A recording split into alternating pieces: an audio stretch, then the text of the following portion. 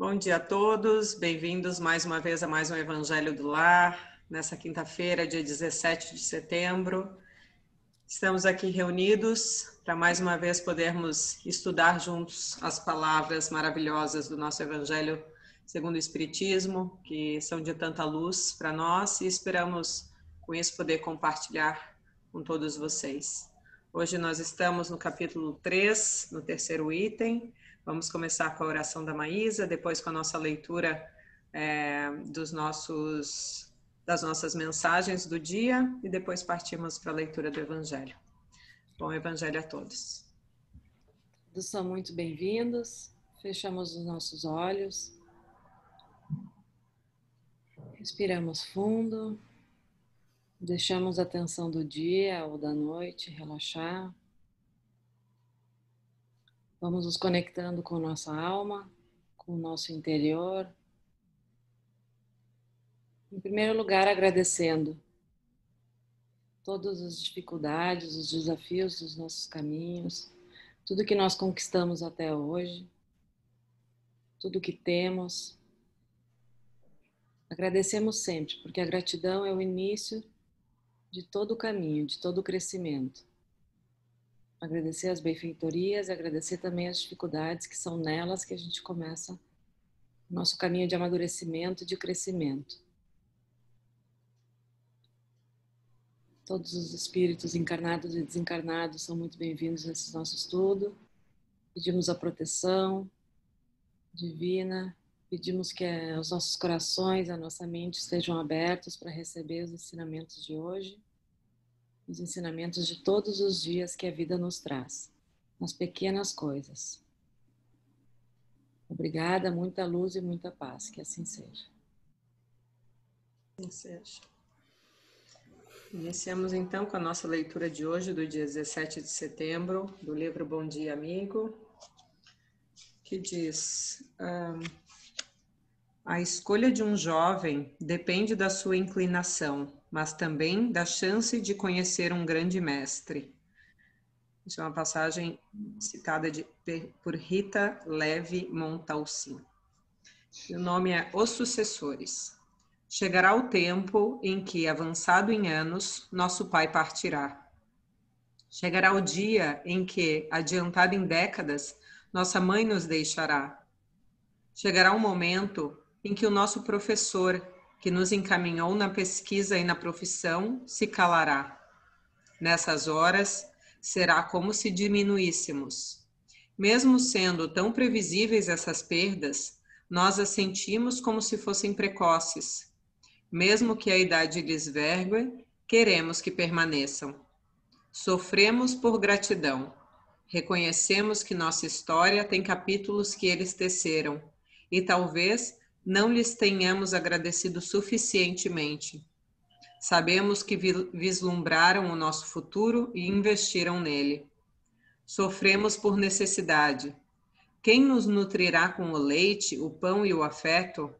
Quem nos ensinará compartilhando seu saber que os livros não imprimem? Quem por nós renunciará para que cresçamos? Sofremos por admiração. Seios que amamentam não deviam murchar. Mãos que sustentam não deviam tremer. Lábios que inspiram não deviam fechar. As pessoas que amamos não deviam morrer. Tendo combatido juntos os bons combates, nós os sucedemos e outros se juntarão a nós antes de partirmos também. Tendo combatido juntos, devemos agradecer a Deus pelas lutas que travamos. Depois das lágrimas, chegará a nossa vez de dar boas-vindas àqueles que conosco combaterão e depois nos sucederão. A glória dos jovens é a sua força, e a beleza dos velhos são os seus cabelos brancos. Provérbios 20, 29. Foi bonito, hein? Linda leitura. Coincidência ou não, eu estava ontem conversando com uma ex-colega de trabalho sobre isso, né? Ela estava me relatando os medos. Ela estava, inclusive, me relatando uma conversa que nós tivemos há 2 anos atrás, que obviamente eu não lembro, né? Que ela me disse que ela nunca vai esquecer, que ela ficou assim chocada, mas que aquilo fez ela pensar, porque eu não me lembro. Ela disse que não lembra tinha alguma mãe doente, ela não lembra se era minha ou se era da minha colega, e ela falou, mas imagina, que difícil, né, os pais morrerem. E daí diz que eu olhei para ela tão tranquilamente e falei, é natural, né? Eles vão morrer.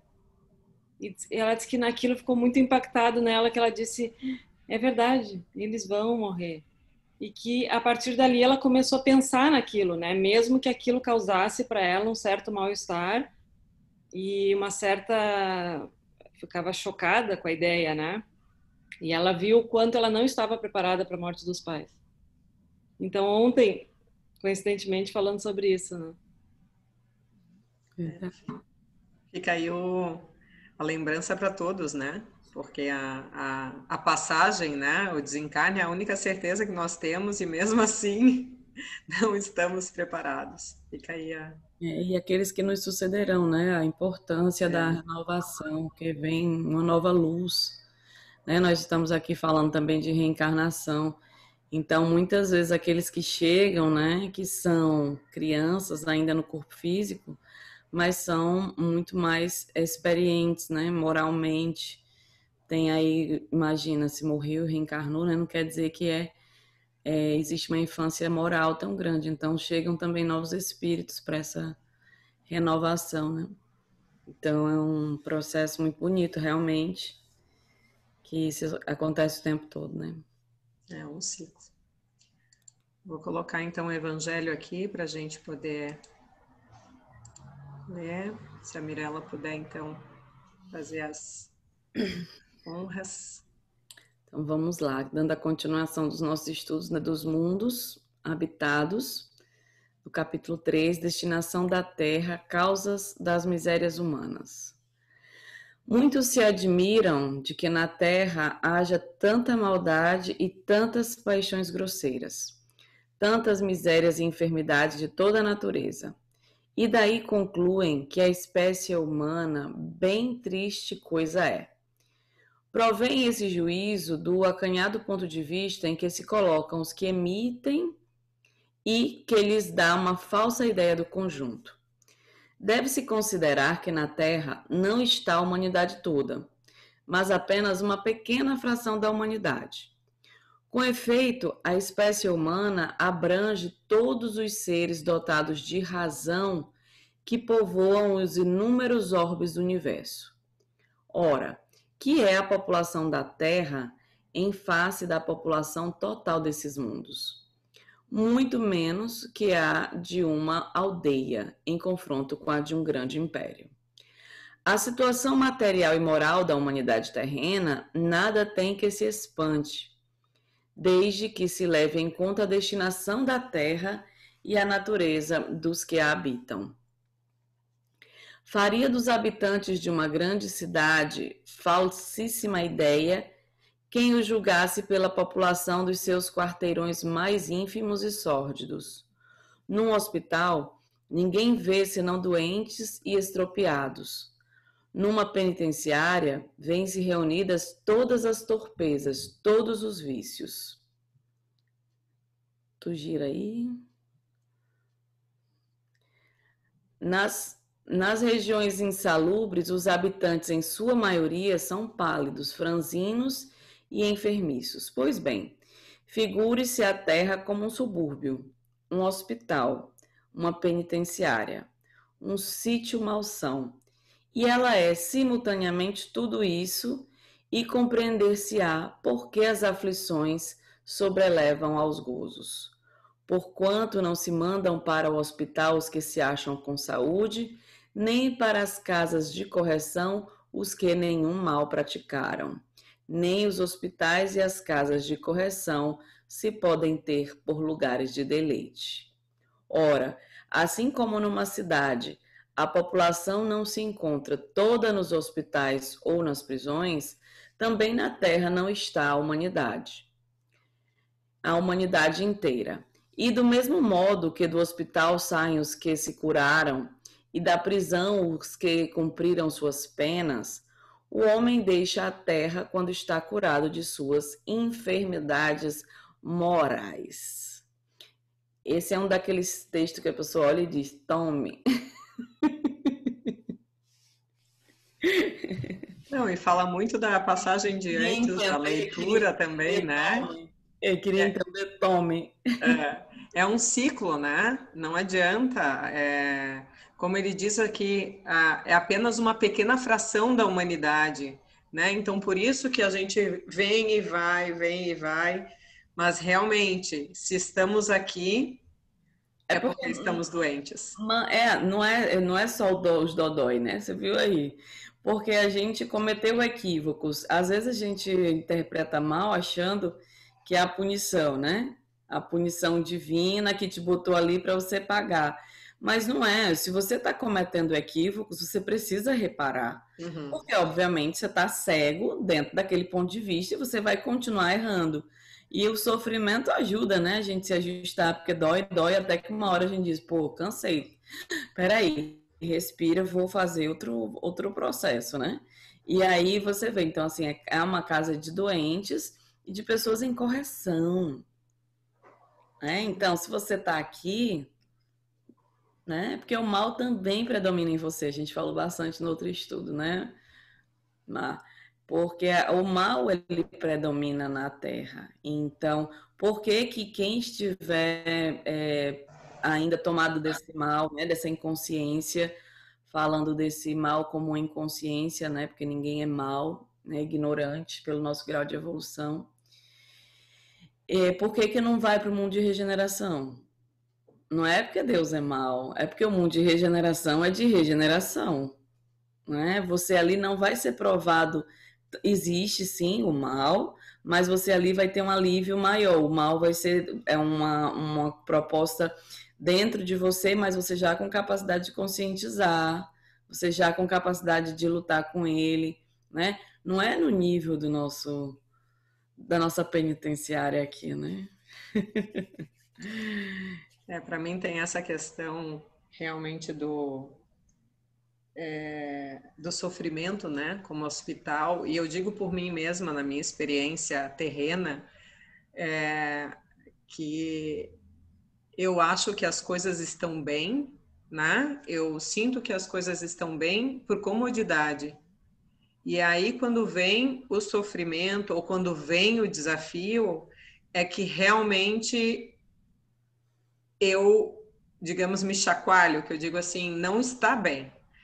Tem alguma coisa que eu não queria olhar porque era cômodo, né? E eu digo isso por mim, da minha experiência. Estava cômodo, estava...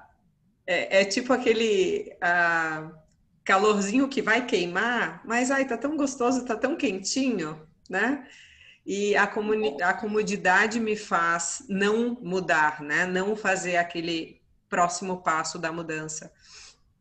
E realmente, da minha experiência, às vezes que eu realmente precisei mudar e sair desse calor que vai queimar, foi quando queimou. Né? E aí não ficou mais cômodo, não ficou mais gostosinho, só sofro, e aí eu preciso tomar rédeas da situação e decidir. Eu diria que quando a queimadura ficou insuportável, cara. Exato.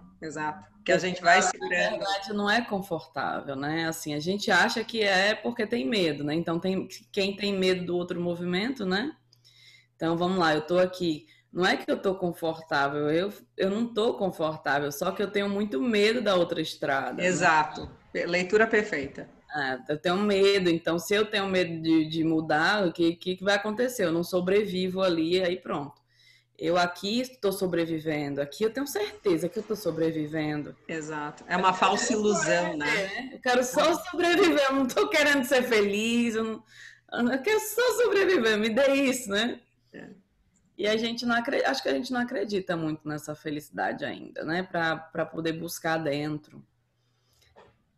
E depende de como você olha o hospital, depende de como você olha a prisão, né? Isso Exato. Que eu ia dizer.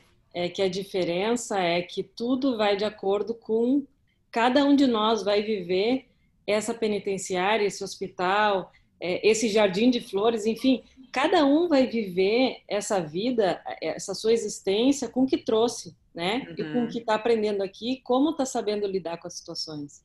Exato. Mas eu, pessoalmente, eu sinto, por mais que esteja um período, né, em que a gente chama de tudo bem, porque a gente talvez, né, fica um pouco assim, as coisas se acalmam por um período, né? Ou a gente que se acalma por um período e não quer olhar mais além, porque todos os dias surgem incômodos e coisas que a gente poderia olhar se quisesse, né, para aprender. Dentro dessa calmaria, tem aquele medinho, pelo menos para mim, tem sempre aquele peso, vamos chamar da penitenciária, né, que tu entra lá e é um clima pesado, assim, né, que tu diz, tá tranquilo, mas eu sei que em qualquer momento pode vir um desafio desconfortável, né? Desde criança eu tenho essa sensação, inclusive em momentos criança, muito leves da minha vida, de eu lembrar. Mas a vida não é, a vida infelizmente não é feita desses momentos. Eu lembro desde criança de ter esse peso e dizer, mas algo pode acontecer a qualquer momento, né? No sentido de medo de sofrer. Né? Alerta. Os desafios constante. que podem vir. E aí é bom ter consciência, né, dos desafios. Eles vêm o tempo inteiro. Aí eu peguei uma parte aqui de Jesus e desafios, que eu estava falando dessas dores aí, esses riscos todinhos com os rabiscos. Falando da dor, né, que a gente está na dor e vem, né, ou tá na paz, um pouquinho de paz, aí vem essa dor. Aí Joana de Ângeles, ela elenca aqui, ela não elenca um por um, né, eu que botei esses um por um aqui. Ela elenca os estágios do ser na luta pela paz, né, que se você vê, ele se associa aos mundos. Então, o primeiro é dor com intervalos de bem-estar. Então, ela diz assim, o ser, quando ele está nesse mundo, por exemplo, provas e expiações, você está o tempo inteiro em dor. As dores vão ser maiores ou menores de acordo com a sua capacidade de enfrentar os desafios, de acordo com a sua serenidade, com a sua aceitação, né? Esse capítulo 1, que é Jesus e Desafios, acho que eu já li umas 300 vezes, cada vez que eu leio eu vejo mais coisa. Aí, quero estudar as 16 obras de Joana. Eu não consigo entender o total do capítulo 1, dá 1, né? Por quê? Porque você amplia. Então, ela diz, tem 3 estágios. Um é esse, que a gente fica reclamando, mas não é produção sua, é do seu estado interior. Então, você está preso na dor, e aí aqui e acolá tem um alívio. É quando você não é testado, né? A gente, na nossa preguiça, a gente quer só facilidade, né? A gente não quer a dificuldade do crescimento, a gente quer facilidade. E essa facilidade que não te impulsiona a crescer, eu lembro que eu disse numa live esses dias, quando eu disse isso, alguém gritou lá, né? Eu disse assim, não acredito nisso, né? Tipo, que se eu tivesse facilidade ia ser mais tranquilo, ia ser chato. Eu disse, pô, se fosse só facilidade, ia ser até chato, né? Por quê? Porque você não cresce, aí a pessoa não entendeu, né? Quer facilidade uma pessoa dessa? Né? Mas a pessoa não tem consciência. E a outra pessoa que estava na live ainda corroborou, né? Eu disse, poxa, não dá para explicar agora, senão a gente vai ficar aqui nesse... Mas as pessoas não entendem, né? E aí você diz, vai fazer o quê? Então, dor com intervalos de bem-estar. Depois, segundo estágio, tranquilidade com breves presenças do sofrimento, né? Então, a pessoa, quando ela eleva-se moralmente, ela vai ficar tranquila. Por exemplo, dor com intervalo de bem-estar, uma pessoa completamente presa no medo. Totalmente. Por quê? Porque pode não estar acontecendo nada, ela está reproduzindo na mente dela, porque ela está presa no sofrimento, não é? Então, eu vou lá, eu estou ali com aquela dor porque eu acho que vai dar tudo errado, porque eu acho que meu filho vai sofrer, porque eu acho que meu filho vai pegar o carro e vai sair, vai bater, porque eu acho que meu outro filho vai dar, porque eu acho que meu trabalho, porque eu acho que o dinheiro não vai dar. E você, com base... Qual é a mente vai te dar qualquer intervalo de bem-estar, né? Então, veja, vai depender muito disso. Quando a gente está no estágio mais evoluído, se você tem autoconfiança, se você confia na vida, você fica tranquilo ou não fica? Mas você não fica tranquilo porque não tem problema. Você fica tranquilo porque você acredita na sua capacidade de enfrentar o que vem e aceita aquilo que vem. Só que isso não quer dizer que não tenha sofrimento. Porque vão chegar coisas para as quais você não está preparado, né? Aí por isso que Joana diz, tranquilidade com breves presenças do sofrimento, né? Por quê? Porque vão chegar ali os desafios, você vai cair, né? Acorda que você não é anjo, né? Você tem um monte de coisa para aprender ainda, você vai sofrer, mas, olha, você já tem uma tranquilidade para retomar. E o terceiro estágio, cara, que aí a gente quer demais, né? É o sonho. Queria chegar nele antes de passar nos outros. É a plenitude sem aflição. Então, pronto. Só isso, né? Então, a gente está num mundo de quê? De provas e expiações. Eu vou querer viver plenitude sem aflição? Esse é o nosso comportamento infantil, né? Exato, essa é a nossa vontade, mas não é o que vai acontecer, né? Então, realmente, eu acho que a ampliação de consciência desses estágios, realmente, eu acho que é uma grande chave, e eu digo por mim, por isso que esse trabalho de ampliação de consciência, ele é maravilhoso, porque ele não te tira a responsabilidade. Ao contrário, ele te diz, vão acontecer desafios, isto é a vida, é por isso que estamos aqui, mas vamos ampliar para saber que tem um motivo, tem uma razão, tens capacidade, né? Uma passagem que eu gosto muito, uma frase que eu gosto muito realmente é que Deus não dá um peso maior do que aquele que a gente não possa carregar, né? E eu cada vez mais vejo isso, e eu digo na minha vida de coisas que eu agradeço a Deus por terem chegado agora, dificuldades que chegaram agora. E hoje de manhã eu ainda estava pensando, olha só, por que eu não via isso antes?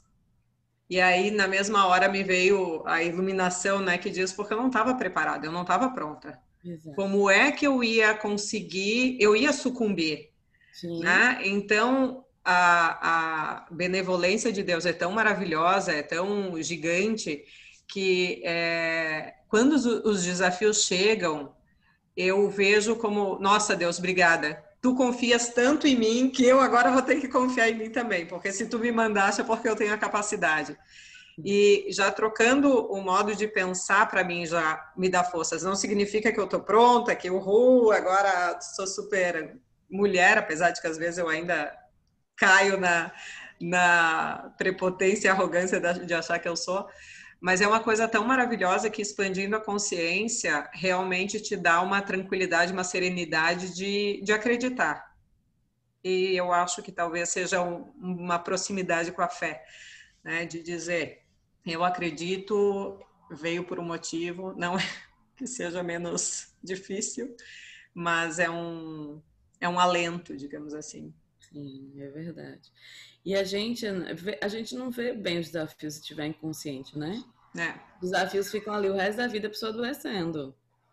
Aí o trabalho de conscientização é que te ajuda a ver isso. Aí você imagina que a gente fica pensando que o estado de plenitude, né, sem aflição, ele não é possível de viver na Terra. Só que a gente tem uma figurinha que já viveu isso na Terra, né? E passou por muito desafio, né? Então, vamos lá. Quem foi a figurinha que viveu um estado de plenitude sem aflição na Terra? Sem aflição?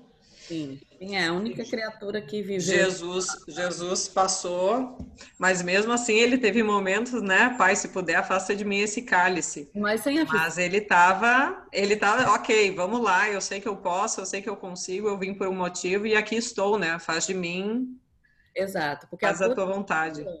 É a postura ali de ver assim, eu preciso dessa dor, né, Pai? Se possível, afasta de mim esse cálice. Te lembra? Parece para você que ele está aflito? Não, na verdade... Imagina, aflito como seria? Aflita tô eu. Imagina se Jesus estivesse no nosso nível, o que ele ia dizer com Deus na hora dessa e com os caras que estavam crucificando ele? Olha, ele ia dizer o que eu muitas vezes ouço, que é, eu não mereço isso, né? Por que tu estás me dando isso? Eu que só fiz o bem. Tira isso de mim, eu não mereço. Eu que só preguei pelas pessoas, eu que só fiz a vítima, né? Então, veja, não é que não passa por provas, né? Daí a gente vai ver Jesus não compreendido, Jesus não aceito, Jesus julgado, Jesus condenado, não só pela crucificação, mas pelas pessoas. Jesus não foi aceito onde passou. Sim, desde que nasceu, né? Imagina o cara que... Hoje, às vezes a gente fala uma coisa, né? e você vê que as pessoas não conseguem compreender, vamos imaginar Jesus com a capacidade além da nossa, né? Uma consciência além da nossa. Nós estamos começando a estudar isso agora, não tem nem 100 anos, né? Aliás, 160 anos, né? Que a gente estuda, por exemplo, o Livro dos Espíritos, né? O Espiritismo. Então, pouquíssimo tempo. E aí? Imagina o cara, quem era que entendia? Só entendia o cara quem tinha a energia do amor, né? Que era tocado por aquela energia de amor dele, né? Tantos e tantos espíritos que a gente sabe que reencarnaram ali com o propósito de ajudar a sua obra, né? Então, assim, nada por acaso. Então, a humanidade sendo preparada há tanto tempo, mas tem um exemplo, não é? E a gente não tem só ele, porque a gente viu tantos cristãos que, inspirados pela sua luz, né, foram ao circo, foram devorados pelos leões, foram queimados vivos, e a gente sabe de tantos testemunhos. Você imagina você ser queimada viva? Você imagina você ser devorado pelos leões? E aí, eu tô lembrando agora no estudo tem um estudo para coordenadores de Marlon, né, de Marlon não, da AME Brasil, para coordenadores de Joana de Ângeles, e um dos participantes fez um dia um paralelo muito legal. Ele disse, né, e eu estou falando do que ele falou, não tenho conhecimento sobre isso, mas ele falou que os espetáculos nos circos, eles começaram a perder a graça por causa da postura dos cristãos. O que fez a decadência dos espetáculos nos circos foi essa postura, porque aquela coisa de pão e circo, né, para que as pessoas idolatrem o seu, né, o seu dirigente lá, o seu governador, o seu imperador, todo o processo que ainda se acontece hoje, né? E muitas vezes a política se usa disso para comandar a mente do povo. Mas as pessoas iam ali porque elas riam, né? Porque aquele cara que estava ali para ser devorado pelos leões, ele corria. Sim, era um espetáculo. Né? E aí o leão ia e te comia um pedaço e você continuava correndo. Ok, a gente falando aqui não tem graça nenhuma. Mas, gente, nós já nascemos ali, tá? A gente já teve uma mente, né? A gente já viveu num nível de consciência que não via isso como bárbaro. Hoje a gente se horroriza com tudo, mas a gente já viveu essa animalidade, né? Imagina. Ainda vivemos, né? Ainda vivemos, porque tem muitas coisas que eu vejo onde ainda somos bárbaros, que se acontece alguma coisa que nós não concordamos, ou não que nós concordamos, desculpe, ou acreditamos, que aquela pessoa não presta e foi morta, tinha mais aqui mesmo morrer. É bárbaro, ainda resquício dos nossos... Você está nesse nível aí. Exato. Muitas vezes desejando que morra. Todos estamos. Querendo matar, entendeu? Então, veja. E nos achando santos, né? Então, expandir a consciência para dizer, estamos aqui por um motivo. Ou nos sentindo culpados, né? Que a gente faz esses dois caminhos, né? Vai de lá para cá. Vai de uma ponta para outra da doença, assim... Não consegue achar o caminho nem a pau.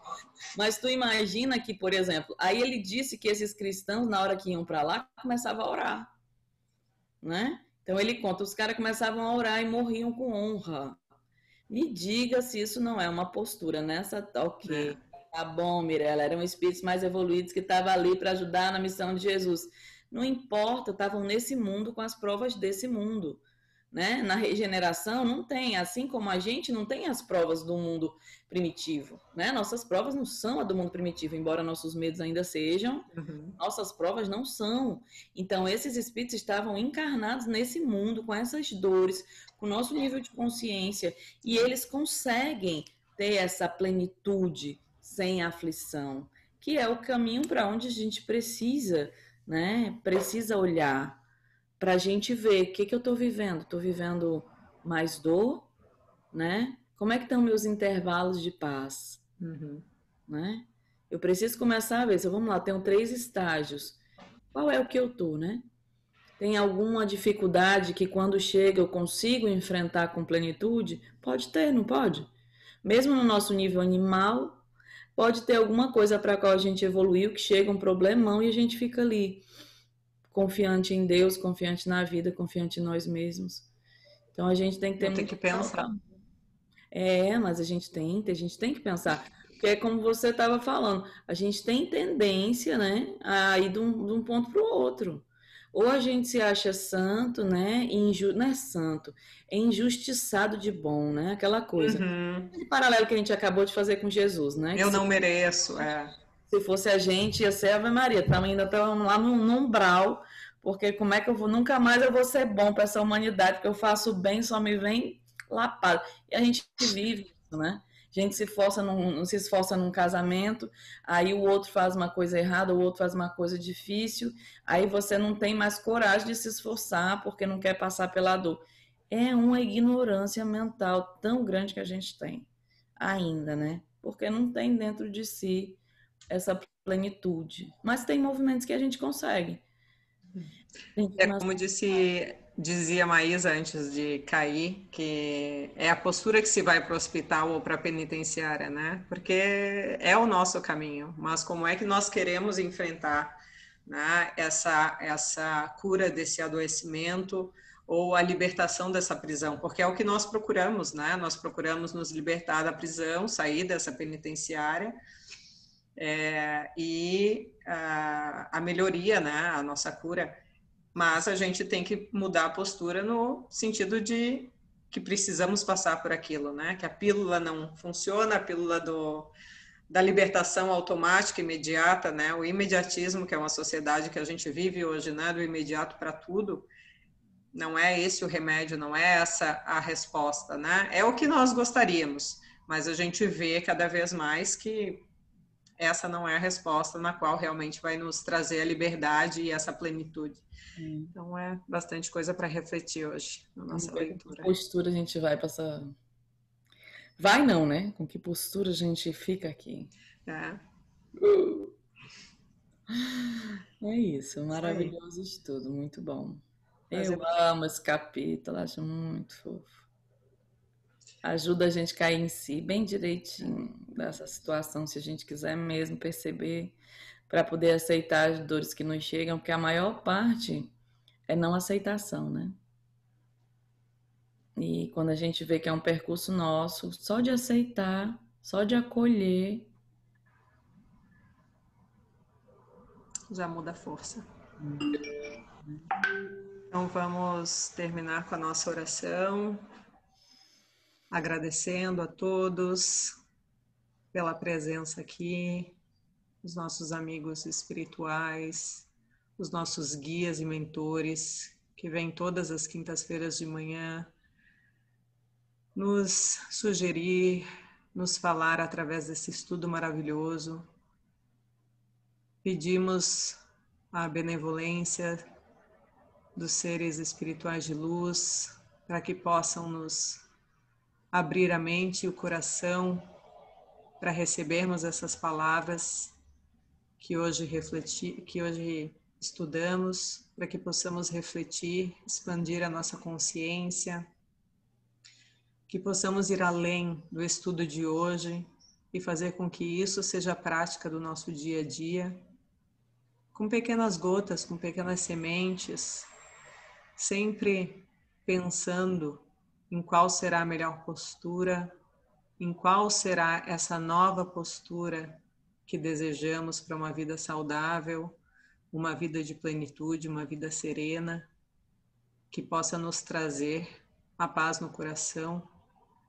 No nosso mundo de hoje, esse mundo terreno de provas e expiações, passando por esse processo, é um mundo de regeneração, que possamos, meu Pai, agradecer todas as vezes em que as dificuldades e os conflitos baterem às nossas portas, cada vez que algo surgir de novo, que possamos agradecer a Ti por estarmos um pouco mais conscientes, um pouco mais abertos e preparados para enfrentá-lo. Porque se o conflito chegou à nossa porta, é porque temos sim a força dentro de nós para enfrentá-lo, para acolhê-lo e para transformá-lo. Que possamos, Jesus, nosso grande Maestro, cada dia que passa, seguir mais o teu modo de viver, a tua luz sem julgamento, dando tempo ao outro, mas principalmente passando pelos desafios da vida, os desafios terrenos, com essa paz, essa serenidade, que é o nosso intuito de procurarmos a ter nos nossos corações e encontrar nos nossos corações, cada um ao seu tempo e respeitando os nossos processos e o processo daqueles que nos circundam. Agradecemos a todos pela presença, pelo brilhante estudo de hoje e pedimos então a permissão para terminarmos o estudo do Evangelho do Lar de hoje. E esperamos de rever a todos na próxima quinta-feira para darmos sequência aos nossos estudos e que assim seja. Assim seja. Gratidão. Até logo a todos, até semana que vem. Obrigada.